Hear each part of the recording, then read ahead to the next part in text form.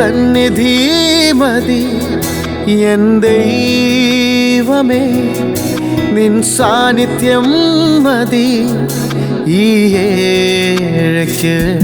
നിൻ ദിവ്യകൃപകളാ ജീവിപ്പാൻ നിന്നാത്മശക്തി പകരൂ നാഥാ.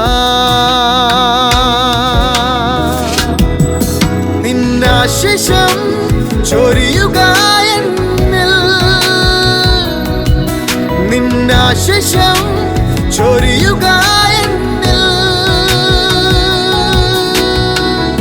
കേൾപ്പിക്കുക നിൻ സ്വർഗീയ നാദം.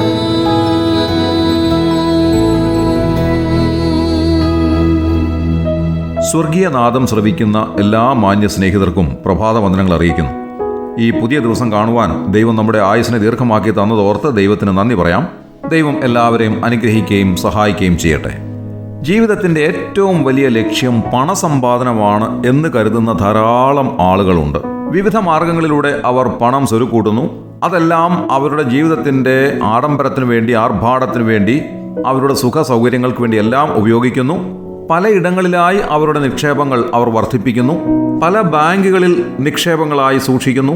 ധാരാളം വസ്തുവും സമ്പത്തും സ്വരുക്കൂട്ടി അങ്ങനെ നിക്ഷേപം കരുതുന്നു. തുടർന്നു വരുന്ന അനേക തലമുറകൾക്ക് സുഭിക്ഷമായി കഴിയുന്നതിന് വേണ്ടി സ്വരുക്കൂട്ടി വയ്ക്കുന്നു.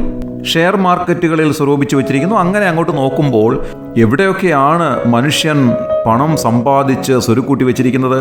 അനേക തലമുറകൾക്ക് സുഭിക്ഷമായി കഴിയുന്നതിന് വേണ്ടിയുള്ള ധനം സമ്പാദിച്ചു വെച്ചിരിക്കുന്ന ധാരാളം ആളുകളുണ്ട്.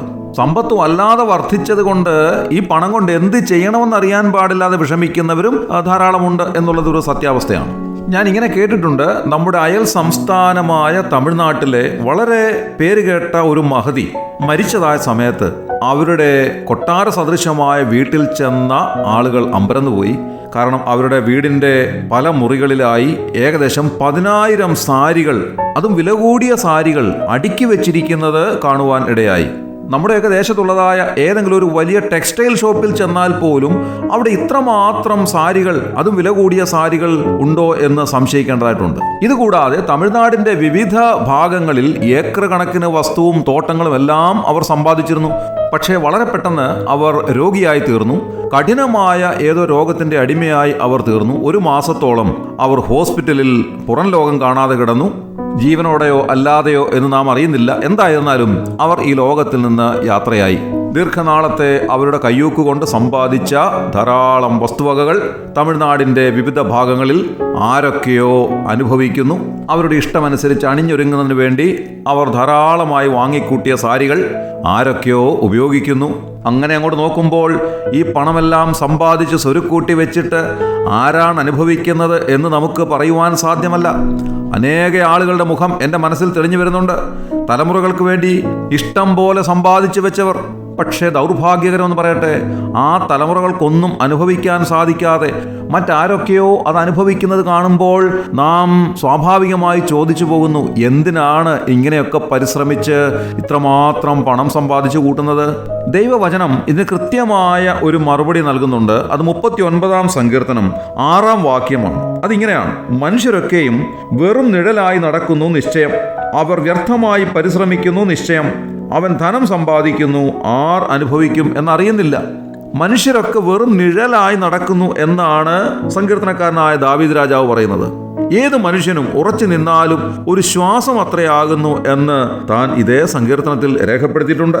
അതുകൊണ്ട് ചുരുങ്ങിയതായ ആയുസ്സിൽ പണം സമ്പാദിച്ചു കൂട്ടി സുഖിമാന്മാരായി കഴിയുന്നതിൽ യാതൊരു അർത്ഥവുമില്ല എന്ന് ദൈവവചനം നമ്മെ വളരെ വ്യക്തമായി അറിയിക്കുകയാണ്. തലമുറകൾക്ക് സുഭിക്ഷമായി കഴിയുന്നതിന് വേണ്ടിയും സ്വരുക്കൂട്ടി വെച്ചിരുന്ന ധാരാളം കുടുംബങ്ങൾ തകർന്നടിഞ്ഞു പോയിട്ടുണ്ട്. അവരുടെ പണമെല്ലാം നഷ്ടപ്പെട്ടു പോയി, ഒന്നുമില്ലാത്തവരായി മാറിയിട്ടുണ്ട്.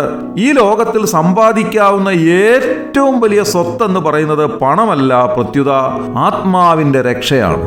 ദൈവവചനം ഇങ്ങനെ പറയുന്നു: ഒരു മനുഷ്യൻ സർവ്വലോകവും നേടിയിട്ടും തൻ്റെ ആത്മാവിനെ നഷ്ടമാക്കിയാൽ അവൻ എന്തു പ്രയോജനം? ഈ ലോകത്തിലെ സമ്പാദിക്കാവുന്ന ധനമെല്ലാം സമ്പാദിച്ചാലും എത്രമാത്രം സുഖിമാന്മാരായി കഴിഞ്ഞാലും ഒരു ദിവസം ഇതെല്ലാം ഉപേക്ഷിച്ച് നാം ഇവിടുന്ന് പോവുകയാണ്. നമ്മുടെ ആത്മാവ് നമ്മുടെ ശരീരം വിട്ടു പോകുമ്പോൾ എവിടേക്കാണ് പോകുന്നത്?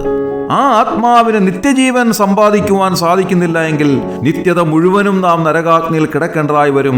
ഇവിടെ സമ്പാദിക്കുന്ന പണം കൊണ്ടൊന്നും യാതൊരു പ്രയോജനവുമില്ല. ആ നിത്യജീവൻ നേടുന്നതിനുള്ള ഏക വഴി കർത്താവായ യേശുക്രിസ്തു മാത്രമാണ് എന്ന് ദൈവവചനം അസന്നിഗ്ധമായി പ്രഖ്യാപനം ചെയ്യുന്നു. ആ യേശുക്രിസ്തു നമ്മുടെ ഓരോരുത്തരുടെയും പേർക്ക് കാൽവറി ക്രൂശിൽ മരിച്ചു. അവിടുത്തെ പരിപാവനമായ രക്തം നമുക്ക് വേണ്ടി ഒഴുക്കി തന്നു. ആ യേശുക്രിസ്തുവിനെ രക്ഷിതാവും കർത്താവുമായി സ്വീകരിക്കുന്ന ഒരു വ്യക്തിക്ക് തൻ്റെ ആത്മാവിനെ നേടുവാൻ സാധിക്കും. അതാണ് ഈ ലോകത്തിൽ സമ്പാദിക്കാവുന്ന ഏറ്റവും വലിയ സമ്പാദ്യം. അങ്ങനെയുള്ള ഒരു വ്യക്തി ഈ ലോകത്തിനപ്പുറമായി നിത്യത മുഴുവനും കർത്താവിനോട് കൂടെ തേജസ്സിൽ വാഴുന്നു എന്ന് ദൈവവചനം നമ്മെ അറിയിക്കുകയാണ്. അങ്ങനെ ഒരു അനുഭവത്തിലേക്ക് വരുവാൻ കർത്താവ് നിങ്ങളെ എല്ലാവരെയും സഹായിക്കട്ടെ. ദൈവനാമം ഇന്നും എന്നേക്കും വാഴ്ത്തപ്പെടുമാറാകട്ടെ. ആമേൻ. എന്നും മുടങ്ങാതെ കേൾക്കുവാൻ സ്വർഗീയ നാദം, The Heavenly Voice. എന്റെ നിക്ഷേപം നീ തന്നെയാ, എന്റെ ഹൃദയവും നിന്നിൽ തന്നെയാ. എന്റെ നിക്ഷേപം നീ തന്നെയാ, എന്റെ ഹൃദയവും നിന്നിൽ തന്നെയാ. യേശുവേ എൻ ഹൃദയത്തിനുടയോനേ, എൻ ഹൃദയത്തെ കവർന്നോനേ. യേശുവേ എൻ ഹൃദയത്തിനുടയോനേ, എൻ ഹൃദയത്തെ കവർന്നോനേ. എന്റെ നിക്ഷേപം നീ തന്നെയാ, എന്റെ ഹൃദയവും നിന്നിൽ തന്നെയാ.